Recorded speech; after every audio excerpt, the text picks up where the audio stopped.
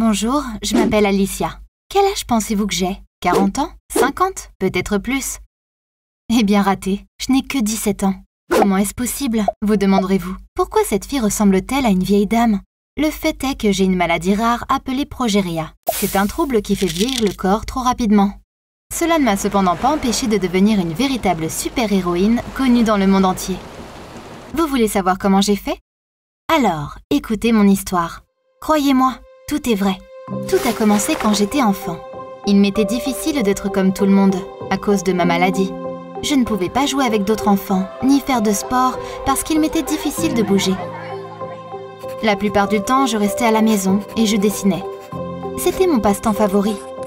Avec le temps, je devins assez bonne dans ce domaine. J'ai donc commencé à inventer des intrigues entières et à dessiner des histoires. Malgré cela, je me sentais un peu triste de ne pas pouvoir être comme tout le monde. Je réfléchissais beaucoup à la difficulté qu'il y avait à s'occuper de personnes ayant des problèmes de santé et une apparence inhabituelle. C'est comme cela que j'occupais mes journées, jusqu'à ce que quelque chose de bizarre se produise. Un jour, alors que j'étais assise dans ma chambre et que je dessinais une autre histoire, j'ai soudain eu envie d'une glace. La route était longue jusqu'au magasin, et ma mère n'était pas à la maison. J'ai réalisé que je ne pourrais pas manger de sucreries ce jour-là, mais j'en voulais tellement une que je l'ai dessinée. Soudain, il y a eu un pop. Mon dessin prit vie et se transforma en véritable glace. Je n'en croyais pas mes yeux. Je l'attrapai avec soin et je l'ai goûté. C'était une vraie glace. J'ai décidé d'expérimenter un peu et j'ai dessiné un grand verre de coca. Je voulais vraiment que cela devienne réel. Il y a eu un autre pop et un verre de coca est apparu sur la table devant moi. Incroyable! J'ai passé une semaine entière à faire des expériences. J'ai dessiné différents objets et j'ai souhaité qu'ils deviennent réels et qu'ils apparaissent immédiatement devant moi. J'ai réalisé que j'avais un super pouvoir. Je voulais utiliser mes super pouvoirs pour faire le bien, mais je ne savais pas encore comment. Un jour, alors que je m'entraînais, quelqu'un sonna à la porte. Des gens en costume noir se tenaient sur le seuil. Il s'agissait d'agents spéciaux d'une organisation secrète. Ils dirent qu'ils connaissaient mes super pouvoirs et me proposèrent de rejoindre leur organisation. J'étais tellement surprise que je ne pouvais même pas prononcer un mot. Bien sûr, j'étais d'accord. Ce n'est que plus tard que j'ai appris que l'organisation secrète s'appelait le Bouclier Invisible et qu'elle s'occupait de super vilains, trop dangereux pour que l'armée ordinaire puisse s'en occuper. Ils avaient toutes sortes de technologies de pointe et les agents les mieux formés. J'ai rencontré mon équipe. Ses membres étaient des personnes ayant des problèmes de santé et un physique inhabituel. Par exemple, Josh avait le syndrome de Marfan. Il était grand et maigre et pouvait s'étirer comme il le voulait. Il y avait aussi Kate. Nous la surnommions la fille sirène. Elle avait une sirénomélie, une difformité qui fait qu'une personne naît avec les jambes soudées. Kate ne pouvait pas marcher, mais elle pouvait nager comme un poisson et rester longtemps sous l'eau. Miles était le 4e membre de notre équipe. Tout son corps était couvert de taches. Il ressemblait à un léopard ou un dalmatien. Il avait un super pouvoir.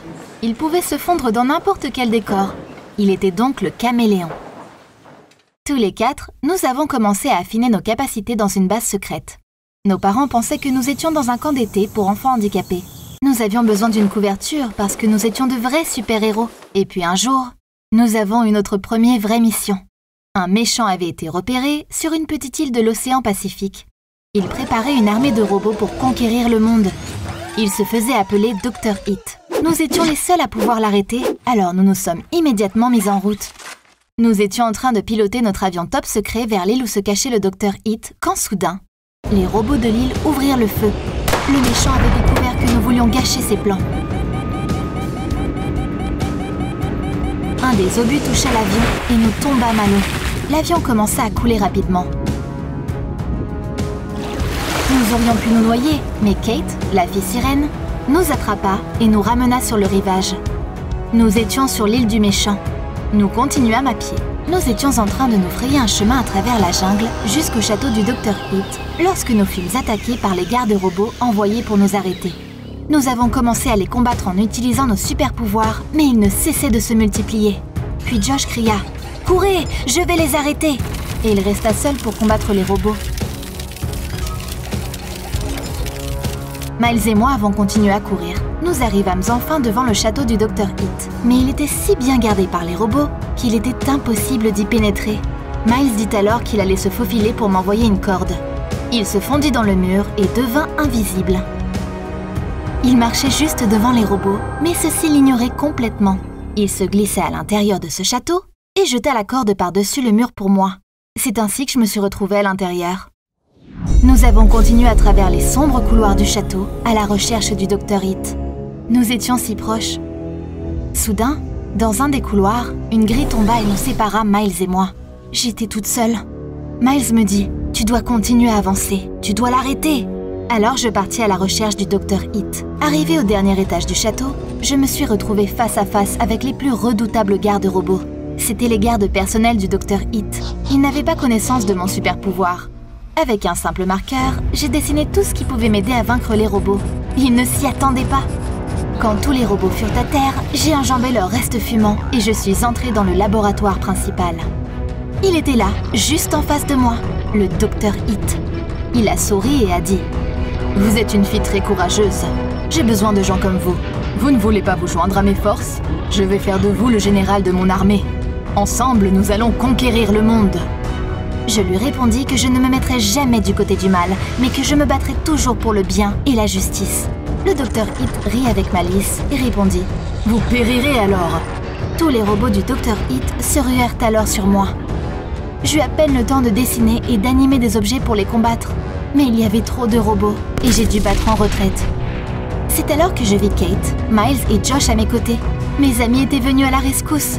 Ensemble, nous avons commencé à gagner contre les robots. J'ai vu le Dr. Hit arrêter de sourire quand il réalisa qu'il perdait. Il appuya sur un bouton qui ouvrit une porte secrète et disparut derrière elle. Le Dr. Hit essayait de s'échapper. Nous ne pouvions pas laisser cela se produire. Nous avons finalement battu les robots et l'avons poursuivi. Le Dr. Hit s'enfuyait à travers tout le château, mais nous le retrouvions à chaque fois. Finalement, nous avons fini par le bloquer dans une impasse. Il n'y avait plus d'échappatoire. Le Dr. Hit s'assit dans un coin et il se mit à pleurer. Nous nous regardâmes avec surprise. Le masque derrière lequel il avait caché son vrai visage était tombé. Le Dr. Hit nous regarda et nous vîmes un vieil homme en larmes. Voilà qui il était vraiment. Le Dr. Hit dit qu'il s'appelait Martin et qu'il avait 19 ans. Il avait la même maladie que moi, la progéria. Martin nous raconta son histoire. Quand il était enfant, tout le monde se moquait de lui. Personne ne voulait être ami avec le petit vieux. Il était toujours seul. La robotique était sa seule passion. Martin aimait créer différents robots et jouer avec eux. Un jour, alors qu'il était particulièrement malmené à l'école, il s'était mis en colère et avait décidé qu'il se vengerait un jour de ses agresseurs. Il avait travaillé jour et nuit pour construire une armée de robots maléfiques afin de prendre le contrôle du monde. Martin voulait détruire tous ceux qui avaient été différents de lui. Il devint donc le Dr. Hit et s'installa sur l'île. Nous avons réalisé que Martin n'était qu'un malheureux qui avait une rancune envers le monde. Il était comme nous finalement. Nous avons décidé d'aider Martin. Après tout, au fond de lui, il était vulnérable et gentil. Nous l'avons pris avec nous et l'avons emmené dans notre organisation secrète. Là, il apprit qu'il était spécial.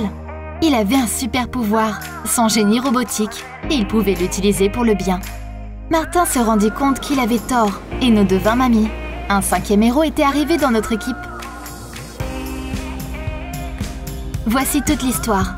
Vous pourriez dire que c'est un fantasme impossible, mais je vous dis que c'est vraiment arrivé, pas dans la vie réelle, mais sur les pages de ma bande dessinée.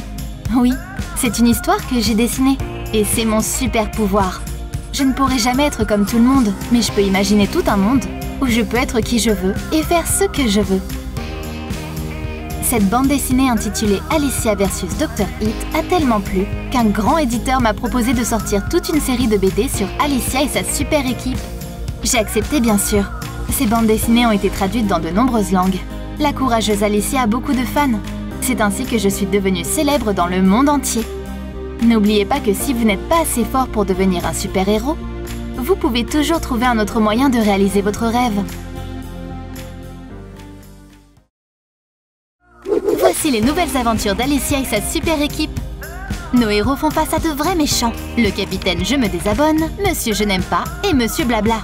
Veux-tu rejoindre une équipe courageuse dans la lutte contre le vrai mal? Abonne-toi à la chaîne Journal Intime et clique sur la cloche. Ensemble, nous gagnerons.